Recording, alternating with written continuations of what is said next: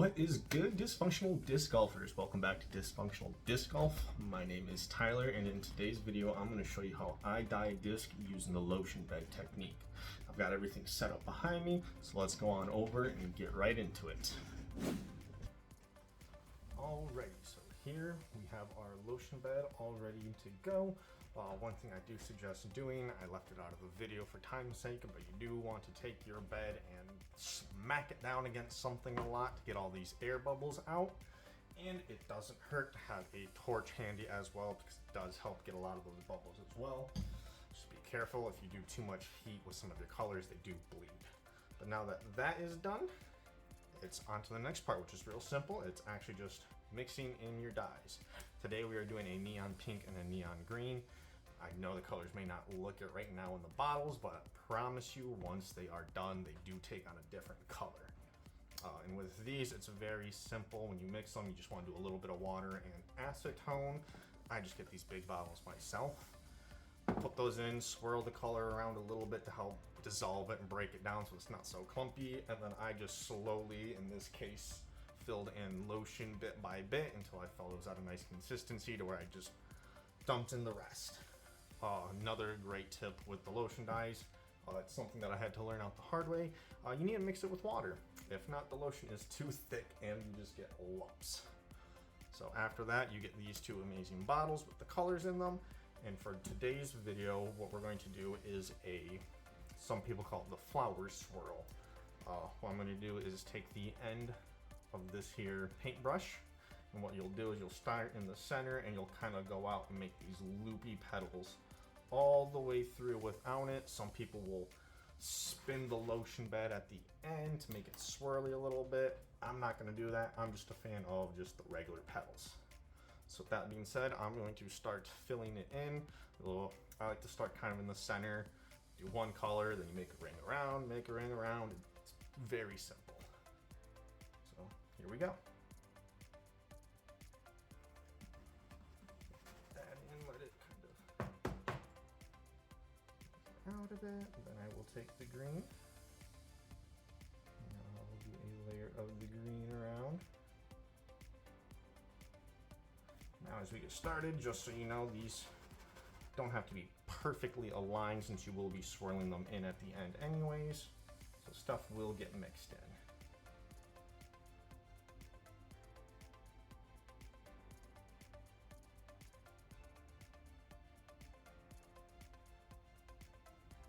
It doesn't hurt in between them to kind of smoothen it out. Once it's all done, you do want to kind of give it a nice shaking out anyways.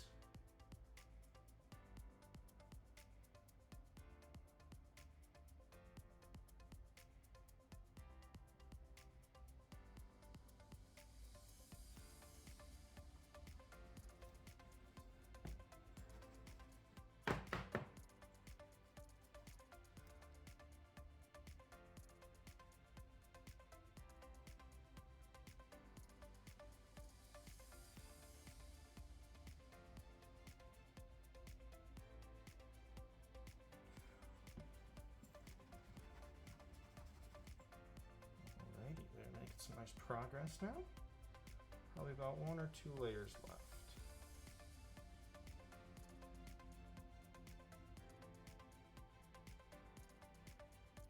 Oop, I didn't see down there very well. Like Bob Ross once said, happy little mistakes. I'll do a little bit of the pink up at the top here. From that spot, and I want the center to be just a little more round. These. Alrighty.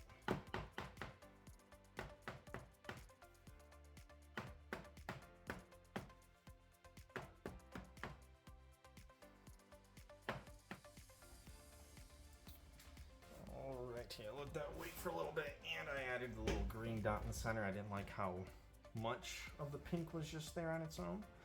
So now we're gonna take this, and like I said, I'm gonna show you how you actually do the petals. It's very simple. You start out wherever your center is. So for me here, you kind of go out, and you pull in. You go out, and you pull in. out, pull in, out, pull in, out, out. And I'll do one more connecting there. And then we pull it out. And as you can see, it kind of creates a swirly pattern, and like I said, some people have called this the flower swirl.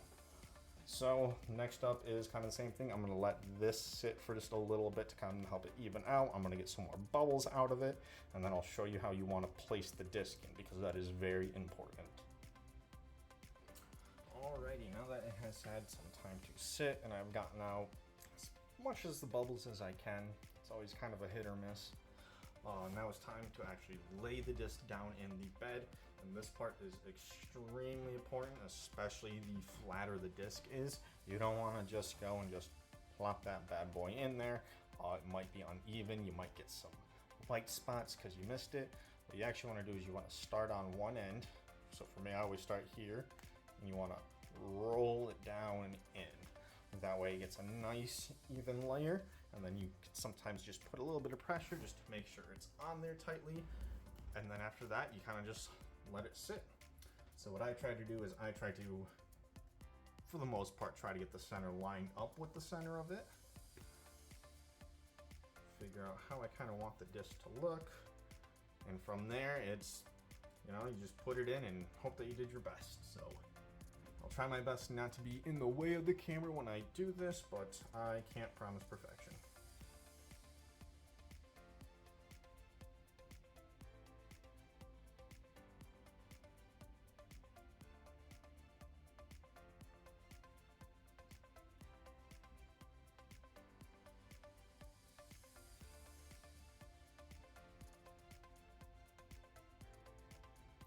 Alrighty. Now that it's in there, the last step is to, well, let it sit. That's the only thing we can do. What you'll want to do is you'll want to leave it on some kind of heat for the next, depending on the look that you're looking for, anywhere between 12 to 24 hours. A lot of people like myself will use a heat lamp, and I will just come in and check it every now and then, because you don't want it to get too hot, because like I said, the colors start to bleed together and then it just doesn't look the best. But the heat is also kind of vital, because it does help you get brighter, more vibrant colors, and it does just help speed up the process a little bit, depending on who you ask and who you talk to. So at this point, that's all I'm going to do. I'm going to let mine sit probably between 18 to 24 hours. It's usually as best as I can do. I'm not very patient. But once it's all done, I will pull it out and we will get to see the results of what I've done.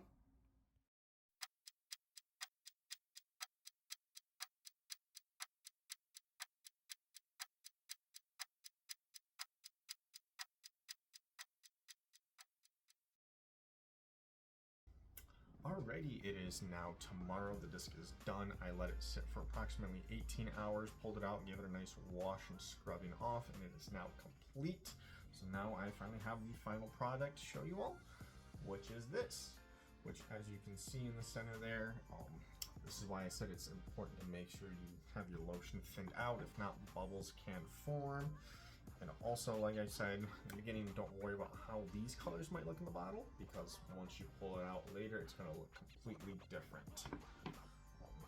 But this disc, I still love how the colors turned out. It's still nice, bright, and vibrant. It looks amazing under UV light as well. The person I was dyeing this disc for, that was their one request was just green and pink. They said that that's primarily what their bag's made out of, so that's what I went with. I really do love how the neon colors do pop sometimes, and I just love the flower bed swirl as well. It's just a fun little design to do. That's about all for the video. Thank you all so much for watching. Make sure to give us a like, subscribe, make sure to follow any of our social medias as well. Let me know what dye you want me to see next. I could do a glue bed, Floetrol, we could do some stencils. I am willing to put out any information that I have on dyeing as I can to help anyone else out there, because it was crucial for me when I started finding videos out there. Besides that, have a good one.